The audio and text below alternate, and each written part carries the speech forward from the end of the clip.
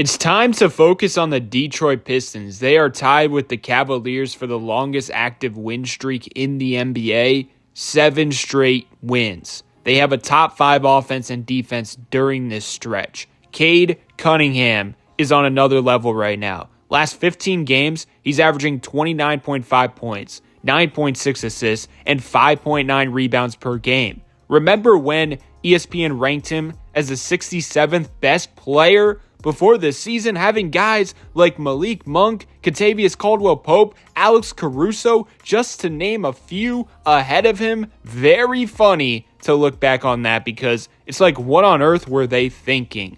Cade is a certified superstar. With him, the Pistons are a walking playoff team for the next decade. With Cade on the court during the win streak, they have a plus 19.3 net rating. Their most played lineup during this stretch includes 100 minutes of Cade, Tim Hardaway, Ausar Thompson, Tobias Harris, Jalen Duren, 127.8 offensive rating, 101 defensive rating. Now, the Pistons had one of the most underrated deadline additions. I mean, no one has given them credit for it, but here I am. I believe Dennis Schroeder was underrated because it helps them survive the minutes without Cade Cunningham better. In his first 6 games, the Pistons have a plus 15.6 net rating with Dennis on the court. Pretty much all of his minutes are without Cade. The main group, Dennis, Malik Beasley, Fontecchio, Tobias, and Isaiah Stewart. They have been playing even basketball. 106.1 offensive rating along with 107.6 defensive rating. Negative 1.5 net rating. Barely losing or staying even is key considering they usually win the Cade minutes on a night-to-night basis. And I believe that Dennis addition gives them a better chance at doing so compared to before the deadline. He's also great for Malik Beasley when Malik is not playing with Cade because Dennis's best asset as a player is playmaking. It turns out those two together have played 90 minutes, posting a 120.5 offensive rating. That's enough offense to boost you in times without your superstar, Cade. Speaking of Malik Beasley, listen to this post from Zach Lowe. Only one player in NBA history has hit over 42% on threes while attempting at least 11 per 36 minutes. According to B-Ball Reference, he has done it 5 times. That player is Steph Curry. Someone else is on pace to become the second player ever in this group, Malik Beasley. Wow. What a season. 22-year-old Ausar Thompson has been a big part of their success lately. Ever since he's been starting, the team just looks completely different. They look way better defensively. I think it's simple. The more minutes he gets, the more success the Pistons will likely have. During the streak, he's averaging 24 minutes per game, putting up 13.9 points, 5.1 rebounds, and 4.3 assists per game. Defensively, he's ridiculous. He will take on the opposing team's best player and give them fits. He constantly creates steals and deflections, loose balls he will grab, resulting in fast break opportunities. He's one of a kind. JB Bickerstaff, after yesterday's game, stated, "The athleticism, it's off the charts. I cannot tell you a guy that I've been around that has the size, the speed, the explosiveness that he has." Jalen Duren also gave his thoughts on him yesterday. You can't describe him. I don't think I've seen someone like him, but he does everything.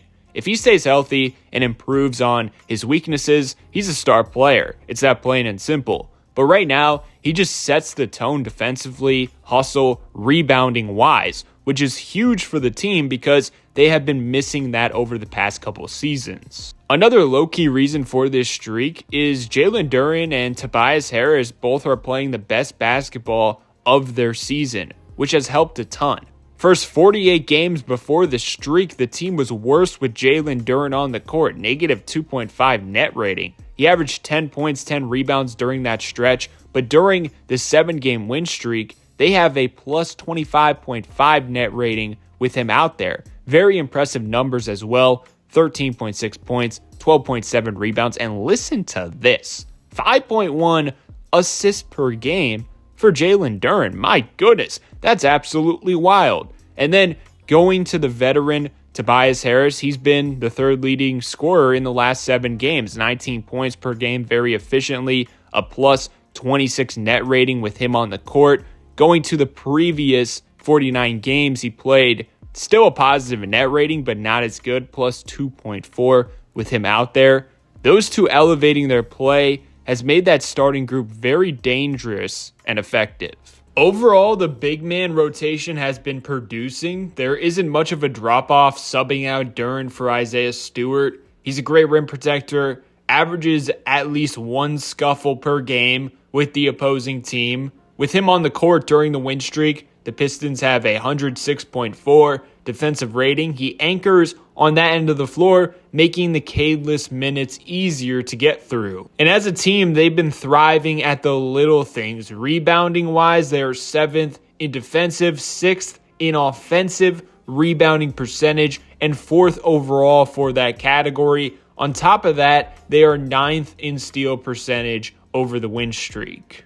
And as I'm recording this video, the Pistons are the 6th seed at 32-26. However, they are 1 game back of the 4th seed. It's crazy to think about, but they have a real chance of hosting a playoff series in round 1, a wild transformation from last year to this year. I'm going to be locked into the Pistons the next 2 games because the competition is legit. Luckily, both games are at home. The Celtics on Wednesday, then the Nuggets on Friday. The Celtics game may be a little easier for them considering Boston will be on a back-to-back. They have the Raptors tonight. And according to Tankathon.com, the Pistons are ranked number 16 for remaining strength of schedule. Meanwhile, the Bucks have the 5th toughest schedule. Unfortunately, the Pacers are behind the Pistons at number 23. So it's likely that we could see the Pistons in that 4-5 matchup during the playoffs. That's really all I got, though. Let me know your thoughts below in the comment section.